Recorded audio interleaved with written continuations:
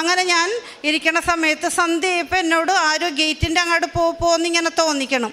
അങ്ങനെ ഞാൻ ഗേറ്റിൻ്റെ അവിടെ പോയി കഴിഞ്ഞപ്പോൾ എൻ്റെ മനസ്സിൽ തോന്നിക്കണേണ്, ഈ ഇത്തിരി മതിലാവശം റോട്ടിലോട്ട് കയറിയാണ് ഞങ്ങളുടെ മതിലിരിക്കണത്.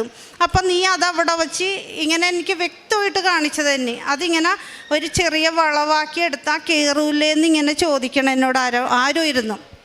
അപ്പം ഞാൻ വെക്കം തന്നെ എൻ്റെ ഹസ്ബൻഡ് വന്നപ്പോൾ ഞാൻ പറഞ്ഞേ, ജോയി നമുക്ക് ഈ മതിൽ ഇങ്ങനെ ചെയ്താൽ പറ്റൂലേ എന്ന് ചോദിച്ചു.